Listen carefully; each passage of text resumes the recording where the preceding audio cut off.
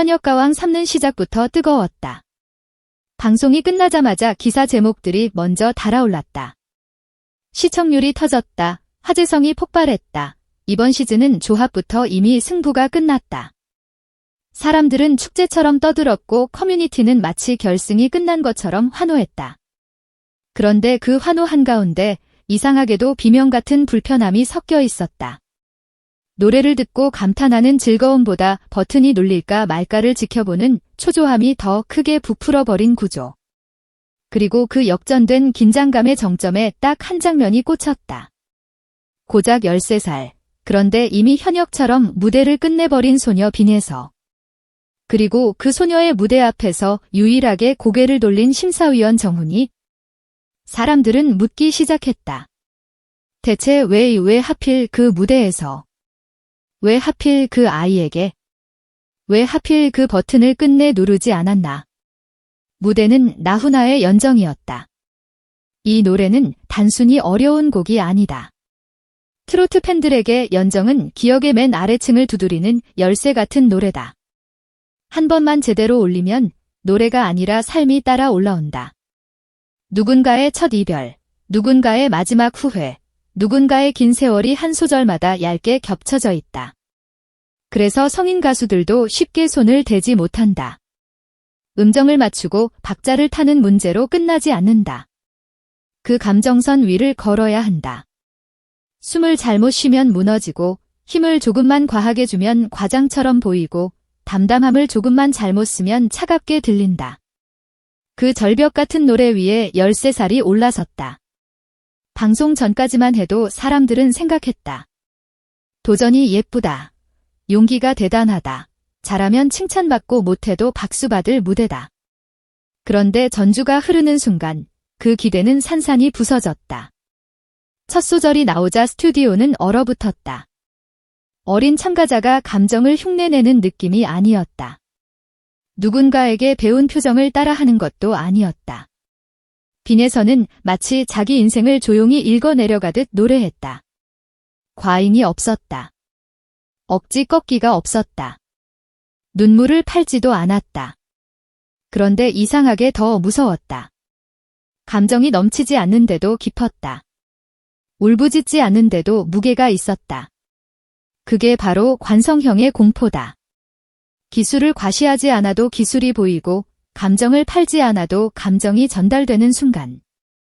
마스터들은 놀라 웃었고 객석은 숨소리까지 조심했다. 노래가 끝난 뒤 터진 박수는 칭찬이 아니라 경외에 가까웠다. 화면 밖의 시청자들도 같은 반응이었다. 저게 정말 13살이 맞아. 이미 현역 아니야? 현역가왕이라는 제목이 그 무대 하나로 증명된 느낌이었다. 바로 그때 모든 열기가 급격히 식었다. 단 한 사람 때문에.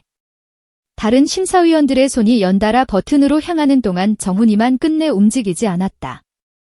그리고 말이 떨어졌다.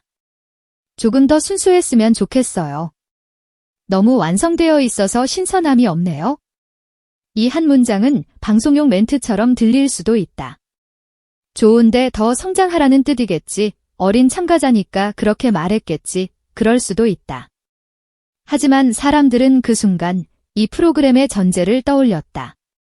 이건 성장 오디션이 아니다. 키즈 경연도 아니다. 당장 국가대표 현역을 뽑아 한일 무대에 세우겠다고 선언한 전쟁터다. 그 전쟁터에서 가장 완성된 무대에 너무 완성됐다고 감점을 준다. 이 논리는 시청자의 상식을 정면으로 거스른다. 올림픽 결승에서 가장 완벽한 연기를 한 선수에게 너무 완벽해서 인간미가 없으니 점수를 깎겠다는 말과 무엇이 다른가. 그래서 그때부터 댓글창이 갈라졌다. 조언이 아니라 거부였다는 해석이 폭발했다. 더 무서운 건 그 다음이었다. 시청자들의 분노가 단순한 팬심이나 편가르기를 넘어 소름이라는 단어로 번진 이유. 바로 정훈이라는 이름이 가진 시간 때문이다. 사람들은 갑자기 과거로 달려갔다. 1960년대 10대였던 정훈이가 무대에 올랐던 시절. 그 시절의 정훈이는 지금 빈에서에게 요구한 것처럼 나이답고 순수한 이미지로 소비된 존재가 아니었다. 그는 오히려 그 반대였다. 어린 나이에도 성인의 감정을 노래로 끌어올리며 충격을 줬고 그 조숙함과 완성도가 무기였다. 당시 최고 작곡가로 불리던 이봉조가 그를 주목했던 것도 바로 그 지점이었다. 나이가 믿기지 않는 표현력, 이미 프로 같은 흡입력, 어린데도 어른의 결을 가진 목소리. 누군가는 그를 향해 너무 조숙하다며 멈춰 세우지 않았다. 오히려 그 조숙함이 천재의 증거로 칭송받았다. 그 무기로 레전드가 만들어졌다. 그런데 반세기가 지나 비슷한 결의 조숙한 완성도를 가진 후배 앞에서 정훈이는 순수함을 요구했다. 이 장면은 단순한 취향 차이가 아니라 스스로의 역사와 충돌하는 장면으로 보였다. 그렇다면 질문은 더 날카로워진다. 정훈이가 정말 거부한 건 빈에서의 무대였을까? 아니면 거울처럼 나타난 젊은 날의 자기 자신이었을까? 완성도를 칭송받으며 무대에 섰던 10대의 자신.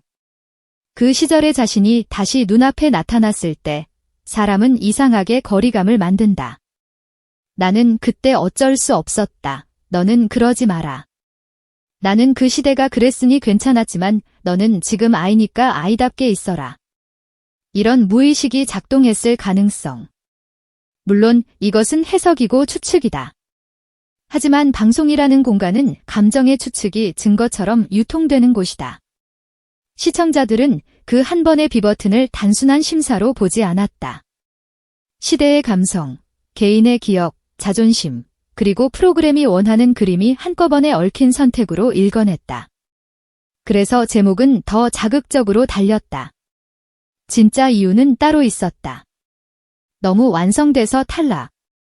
이 말이 웃기면서도 무서운 이유는 실제로 사람들이 그렇게 느꼈기 때문이다. 여기에 불씨를 더 키운 사건이 있었다. 강해슬에게 떨어진 0점이라는 숫자. 0점은 점수가 아니다. 0점은 낙인이다. 특히 현역 가수에게 0점은 한 번의 실수로 끝나지 않는다. 그 사람의 커리어 전체를 한 줄로 부정하는 상징이 되어 버린다. 무대는 기대에 못 미칠 수도 있다. 실수할 수도 있다. 그런데도 시청자들은 다시 보기와 클립, 댓글과 반응을 훑으며 묻는다. 정말 단 한 명의 심사위원에게도 인정받지 못할 정도였나? 정말 경이 나올 정도로 최악이었나? 여기서 사람들의 머릿속에 오래된 공식이 떠오른다. 프로그램 초반 시청률을 끌어올리려면 극적인 장면이 필요하다. 누군가는 하늘로 올려야 하고 누군가는 바닥으로 떨어뜨려야 한다. 그래야 비교가 선명해지고 그래야 커뮤니티가 싸우고 그래야 다음 회차를 기다리는 입소문이 생긴다. 그 순간부터 0점은 평가가 아니라 연출처럼 보이기 시작한다. 실력의 결과가 아니라 서사의 장치처럼 읽히기 시작한다. 그래서 현역가왕 3회 논란은 단순히 한 명의 심사위원을 향한 분노에서 끝나지 않는다. 프로그램 자체의 방향을 겨눈다. 제작 발표회에서 말했을 것이다. 일본 정상급 가수들과 맞붙을 한일가왕전에 설 대한민국 대표 현역을 뽑는 자리라고. 그렇다면 심사 기준은 오직 하나여야 한다. 지금 이 무대가 국제 무대에 올라가도 통하느냐? 일본 관객은 한국식 나이 문화에 관심이 없다. 어려서 귀엽다, 순수해서 예쁘다는 이유로 박수를 치지 않는다. 통역 없이 전달되는 건 목소리의 힘, 표현의 밀도, 무대 장악력, 카리스마다. 그런 관점에서 보면 빈에서의 연정은 오히려 가장 국제 무대 친화적인 무기였을지도 모른다. 그런데 그 무기가 너무 완성됐다는 이유로 거부당했다. 이 간극이 시청자들을 분노하게 만든다. 국가대표를 뽑는다더니 실제 심사에선 성장서사 같은 기준이 끼어드는 것 아니냐는 의심. 공정해야 할 평가 자리에 개인 취향과 시대착오적 감성이 작동하는 것 아니냐는 불신. 그 불신이 쌓이면 어떤 우승자가 나와도 결과가 온전히 박수받기 어려워진다. 결국 사람들은 한 줄로 정리한다. 현역가왕 삼는 노래보다 버튼이 더 무섭다. 그리고 그 버튼이 눌리는 기준이 명확하지 않다. 완성도는 감점이 되고 어떤 무대는 0점으로 추락한다. 시청자들은 직감한다. 이건 실력만으로 설명되지 않는다. 무언가